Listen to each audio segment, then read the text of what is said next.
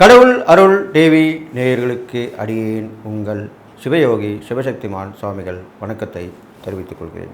இந்த பதிவில் சுக்கிர பெயர்ச்சி பலன்கள். சுக்கிரன் 26/8/2024 18/9/2024 வரை கிட்டத்தட்ட ஒரு 23 நாள், ஒரு மாதம் இருப்பார். ஒரு வாரம் குறைச்சி தான் இருக்கிறார். 23 நாட்கள் இருக்கிறார். இந்த சுக்கிர பெயர்ச்சி பலன் சொல்ல போகிறேன். இந்த சுக்கிர பெயர்ச்சி பலன் இதுவரைக்கும் இல்லாத ஒரு விஷயத்தை சொல்ல போகுது. இந்த சுக்கிரன் தன்னுடைய நீச ராசியில பிரவேசிக்க போகிறார். கன்னி ராசியில சிம்மத்திலிருந்து கன்னிக்கு போகிறார். கன்னி ராசியிலே சுக்கிரன் நீசம் அடைகிறார். நீசம்னா தன்னுடைய சக்தியை இழக்கிறார். அவள் எவ்வளோ பெரிய அசுரகுருன்னு சொல்லக்கூடியவர், எல்லா ஆசாபாசங்களுக்கும் ஏற்றுக்கொள்ளக்கூடியவர், எல்லா இன்பங்களையும் அனுபவிக்கக்கூடியவர். அப்படிப்பட்ட அந்த அசுரகுருவான சுக்கிரன் இந்த பெயர்ச்சியிலே அந்த ராசியிலே கன்னி ராசியிலே நீசம் அடைகிறார். அப்போது கவனமாக இருக்கக்கூடிய காலமாக இது அமைஞ்சிருக்கு. பொதுவாக கன்னி பெண்கள் கவனமாக இருக்கணும். தன்னுடைய நிதானத்தை இருக்கக்கூடாது, தன்னம்பிக்கை இருக்கக்கூடாது, தன்னுடைய ஆசைகளை பேராசையாக இருக்கக்கூடாது. அனைவரிடம் கவனமாக பழகி வர வேண்டும். இந்த உள்ள காலகட்டங்களில் தன் நிலை அறிந்து செயல்பட வேண்டும். அதனால் கவனமாக இருக்கணும்னு சொல்லிட்டு இதனுடைய சுக்கிர பயிற்சியுடைய பொது பலனை இப்போ சொல்ல போகிறேன். அதுக்கு முன்னாடி எடுக்கிற அரவணைக்கிறேன். ஓம் குருப்யோ நம நற்பவே நற்பவே நற்பவே ஓம் காஞ்சிவாசாய வித்மகே சாந்தரூபாய தீமகே தன்னோ சந்திரசேகர பிரச்சோதயாத். என் ஆத்மாதி மகாக்கலை வணக்கம். ஓம் காளிகாசாய வித்மகே மசான வாசின்ன தீமகே தன்னோ அகோர பிரச்சோதயாத். சுக்கிர பெயர்ச்சி சிம்மத்தில் இது நாள் வரைக்கும் இருந்தார். சூரியனுடைய வீட்டில் அவர் இருந்தார். அப்போது சூரியன் வீடுன்றது சுக்கிரனுக்கு பகை வீடு தான். சூரியனுக்கும் சுக்கிரனுக்குமே ஆகாது, அப்படிதான் சாஸ்திரம் சொல்லப்பட்டிருக்கு. இப்பொழுது இன்னும் மோசம். புதன் வீட்டில் புதன் நட்பாக இருந்தாலும் புதன் வீட்டில் அவர் நீசம் அடைகிறார். அது புதனுக்கு உச்ச வீடு கன்னிராசி. அது நீசம் அடைகிறார். அப்போ நீசம்பட்ட சுக்கிர பயிற்சி எப்படி இருக்கும், அதனுடைய பலாபலங்கள், அது இருக்கிற இடம், அது பார்வை பெறக்கூடிய இடங்கள், இதுதான் 12 ராசிகளுக்குண்டான பலனை சொல்ல போகுது. அதுக்கு முன்னாடி பொது பலனை நான் சொல்கிறேன். பொது பலன்கள் பார்க்கும்பொழுது ரிஷபராசியிலே குரு இருக்கிறார், மிதன ராசியிலே செவ்வாய் இருக்கிறார், கடகராசியிலே புதன் இருக்கிறார், சிம்ம ராசியிலே சூரியன், கன்னிராசியிலே சுக்கிரனுடன் கேது ஏற்கனவே இருக்கார். சுக்கிரனோட போய் இணைகிறார்.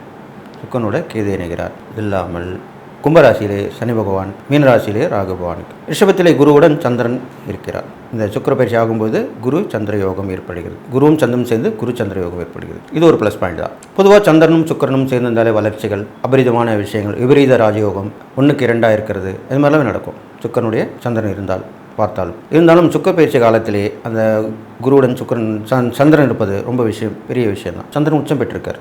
உச்சம் பெற்று அங்கே யோகத்தை கொடுக்கிறார். குரு சந்திர யோகத்தை ஏற்படுத்தி கொடுக்கிறார். பொதுவான பலன்கள் பார்க்கும்பொழுது சுக்கிர பயிற்சி தான் பண்ண சொல்ல போகிறோம். அதனால் சுக்கிரனை பற்றி எடுத்துக்கொள்வோம். சுக்கிரனாகப்பட்டவர் கேதுவுடன் இணைந்து தன்னுடைய சக்தியை அழைக்கிறார். அப்போ கேது தான் எல்லா கிரகத்துடைய சக்தியுமே ஆளுமை பெற்று திகழக்கூடியவர் கேது பகவான் தான்.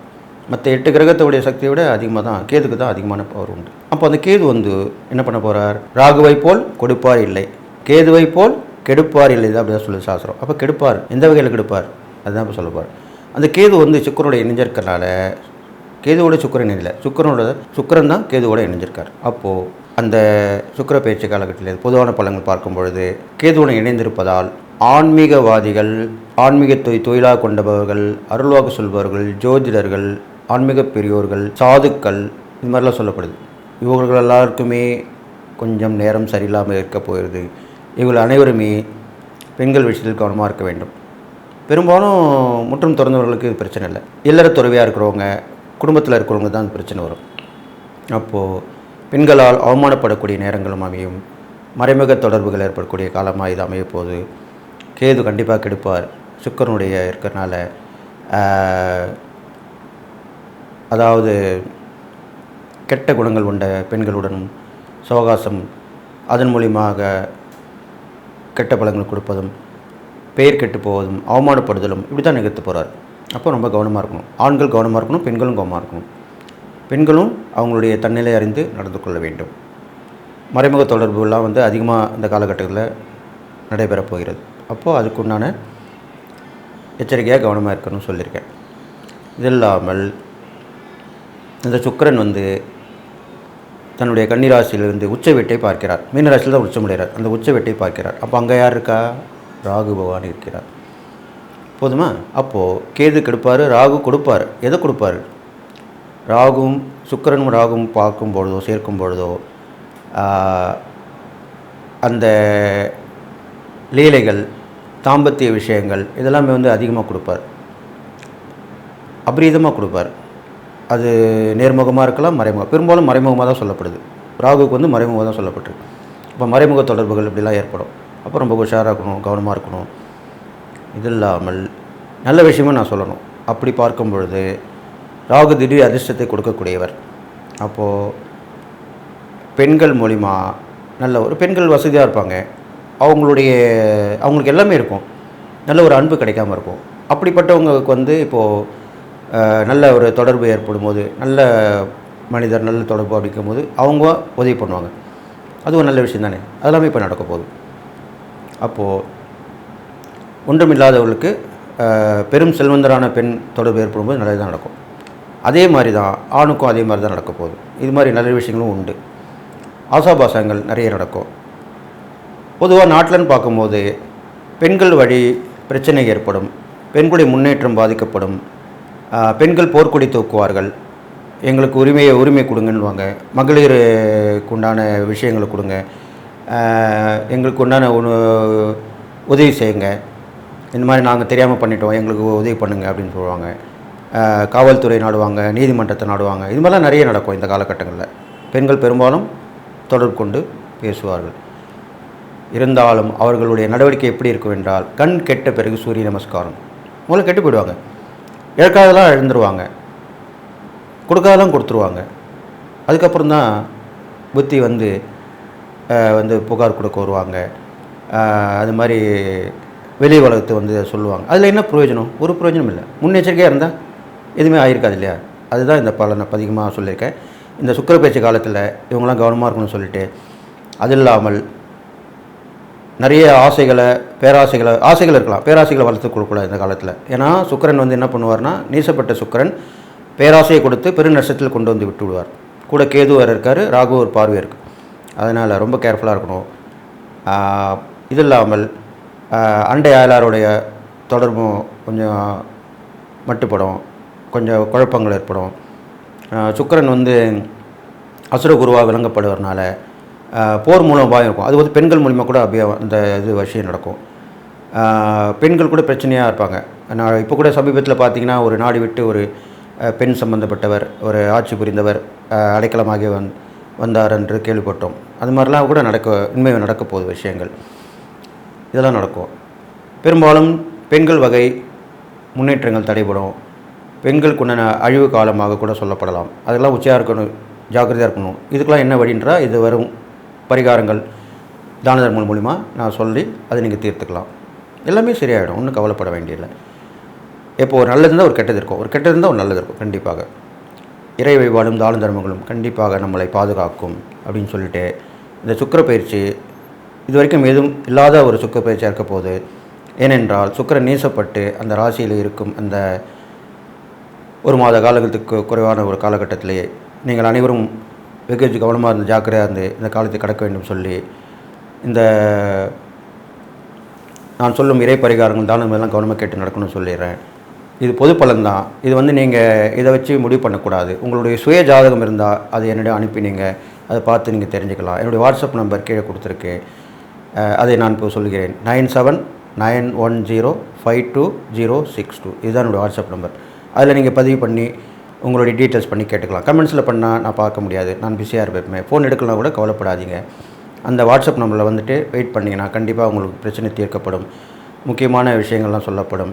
கண்டிப்பாக அதை நீங்கள் பயன்படுத்திக்கணும்னு சொல்லிவிட்டு, இப்போது நான் 12 ராசிக்குள்ள பலன் பார்க்க போகிறேன் அப்படின்னு சொல்லி இந்த பொது பலன் இதோட நிறைவு பெறும் சொல்லி, கும்பராசிக்கு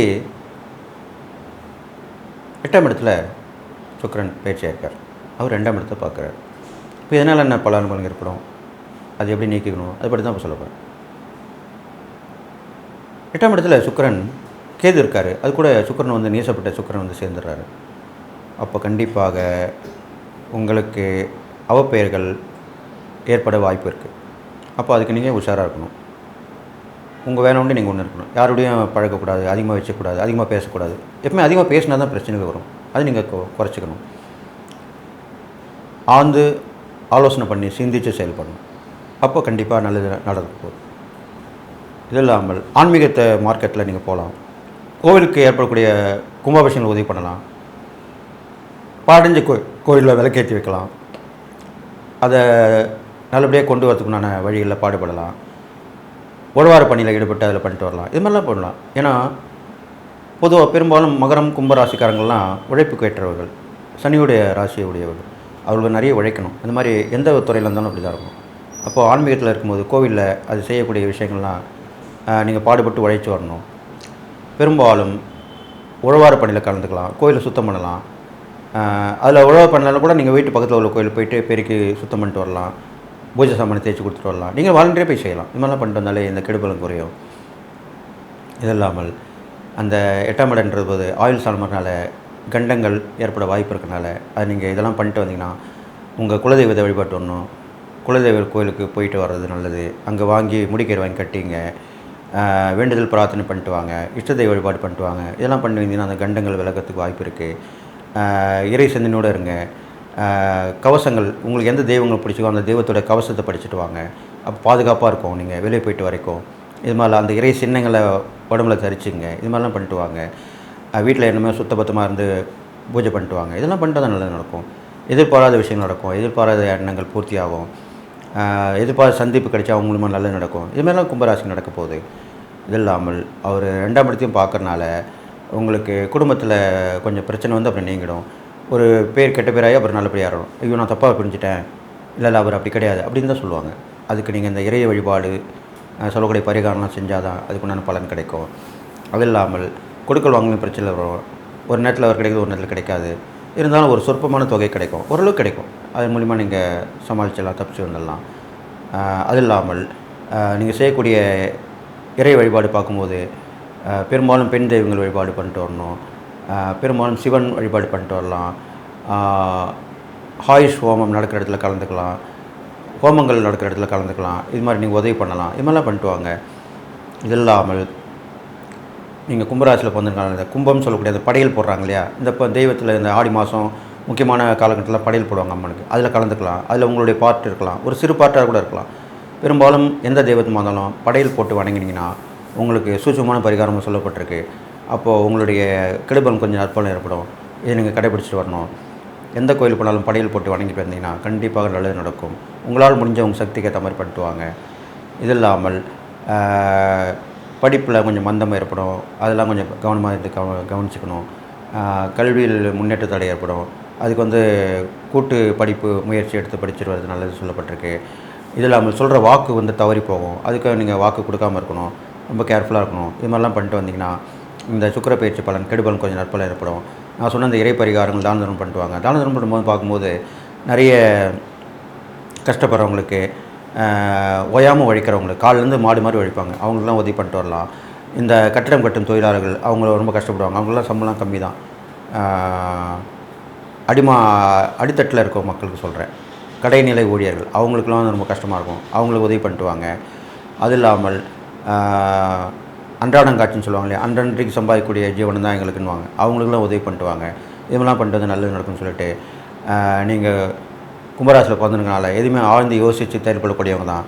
அந்த வகையில் இது மாதிரி பண்ணிட்டு வந்தீங்கன்னா கண்டிப்பாக நல்லது நடக்கும். இந்த சுக்கிர பயிற்சி பெரும்பாலும் சனியோட ராசி வீடாக இருக்கிறதுனால, நட்பு கிரகம்ன்றனால பெரிய பாதிப்பு கொடுக்க மாட்டார்.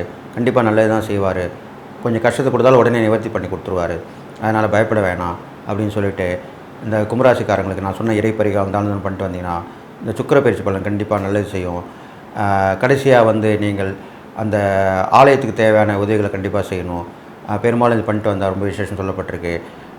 அது இல்லாமல் முன்னிருந்து ஒரு விழாவை நீங்கள் நடத்தி வரணும். அதுதான் முக்கியமாக சொல்லப்படுது. கடைசியாக அந்த முன்னின்று அந்த விழாவை நடத்திங்கன்னா உங்களுடைய வாழ்க்கை சிறக்கும், உங்கள் குடும்பம் செழித்துவங்க, எல்லா வகையும் நலமும் பட்டு வாழ்வின்னு சொல்லி வாழ்த்தி விடைபெறுகிறேன். நன்றி, வணக்கம். கடவுள் அருள் டிவியை பார்த்தமைக்க நன்றிகள். மேலும் இது போன்ற தகவல்களை தெரிந்து கொள்ள கடவுள் அருள் டிவியை சப்ஸ்கிரைப் செய்யுங்கள். மறக்காமல் பெல் ஐக்கானை கிளிக் செய்யுங்கள்.